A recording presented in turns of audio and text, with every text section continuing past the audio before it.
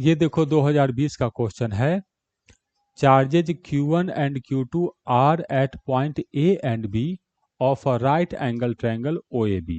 देखो ऐसे फिगर दिया है, ये एक राइट एंगल ट्रायंगल है OAB। यहाँ पर चार्ज रखा है Q1 और यहाँ पर चार्ज रखा है Q2। यहाँ से यहाँ का डिस्टेंस दिया है x1 और यहाँ से यहाँ का डिस्टेंस दिया है x2।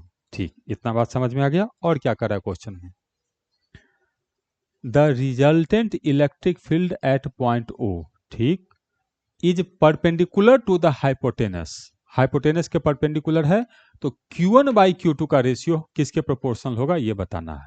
ठीक, अब देखो यहां पर क्या होगा कि ये जो चार्ज है इसके कारण यहां पर इलेक्ट्रिक फील्ड देखेंगे तो वो इस डायरेक्शन में आएगा। हाँ जी आएगा। और इसके कारण जो इलेक्ट्रिक फील्ड देखेंगे वो इलेक्ट्रिक फील्ड हम लोग को इस डायरेक्शन में आएगा। हाँ ये आएगा। तो दोनों का रिजल्टेंट कैलकुलेट करेंगे। तो दोनों का रिजल्टेंट कैलकुलेट करने के लिए ऐसे करके कुछ पैरेललोग्राम हम लोग बनाएंगे, ऐसे आएगा। और रिजल्टेंट हम लोग को मान लो इधर ऐसे आया है, ऐसे रिजल्टेंट इलेक्ट्रिक फील्ड इधर आया। तो क्वेश्चन में कह रहा है ये रिजल्टेंट इस हाइपोटेनस का परपेंडिकुलर है। इसका मतलब अगर मैं ये लाइन ऐसे बढ़ाता हूं ऐसे, तो ये एंगल कह रहा है 90 डिग्री है।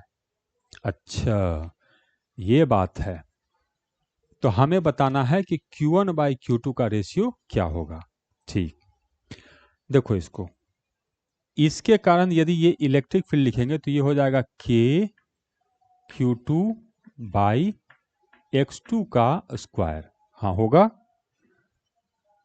इसके कारण ये इलेक्ट्रिक फील्ड लिखेंगे तो होगा K Q1 बाई X1 का स्क्वायर होगा।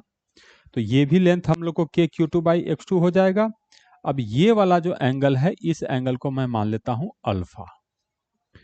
तो ये एंगल यदि अल्फा है तो इसमें ये एंगल भी हम लोग को अल्फा होगा। तो ये एंगल यदि अल्फा है तो ये एंगल हम लोग को 90 डिग्री माइनस अल्फा होगा। ठीक, क्योंकि ये देखो ये ट्रायंगल ऐसे, ये एक राइट एंगल ट्रायंगल है, ये अल्फा ये 90, तो ये एंगल 90 माइनस अल्फा। ठीक है, तो ये जो ऐसे ट्रायंगल देखेंगे तो ये 90 डिग्री है और ये 90 माइनस अल्फा है, तो ये एंगल भी हम लोग को अल्फा ही होगा। अच्छा इतना सारा चीज हो गया। ठीक, अब देखो यहां से इस ट्रायंगल में ऐसे, इस ट्रायंगल में लिखेंगे tan अल्फा, तो ये लेंथ बाई ये लेंथ होगा।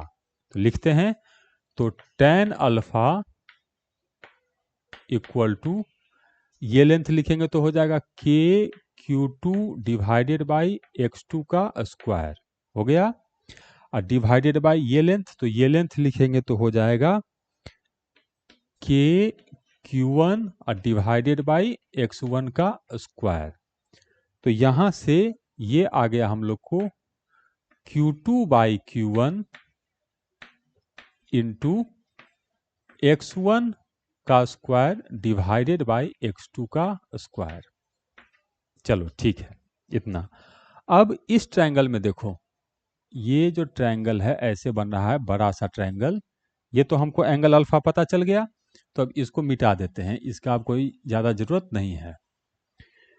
तो ये tan अल्फा है, इसका मतलब tan alpha equal to x1 by x2 होगा। तो इस ट्रायंगल से पता चला कि tan अल्फा जो है वो होगा x1 डिवाइडेड बाई x2। तो दोनों को बराबर कर दो, तो x1 by x2 equal to आया Q2 by Q1 into x1 का स्क्वायर डिवाइडेड बाई x2 का स्क्वायर। देखो एक का को कट जाएगा, तो यहाँ से आया Q2 by Q1 equal to X2 by X1। लेकिन क्वेश्चन में हमको Q1 बाई Q2 पूछा है, तो Q1 बाई Q2 हो जाएगा हम लोग को X1 डिवाइडेड बाई X2। देख लेते हैं ऐसा कोई ऑप्शन है या ऐसे ही फर्जी में कैलकुलेट हुआ है। तो देखने के लिए तो सबसे पहले ये सब मिटाना पड़ेगा। तो Q1/Q2 पूछा था, हाँ Q1/Q2, X1/X2 पकड़ा गया, ये है, तो करेक्ट आंसर है इसका सी।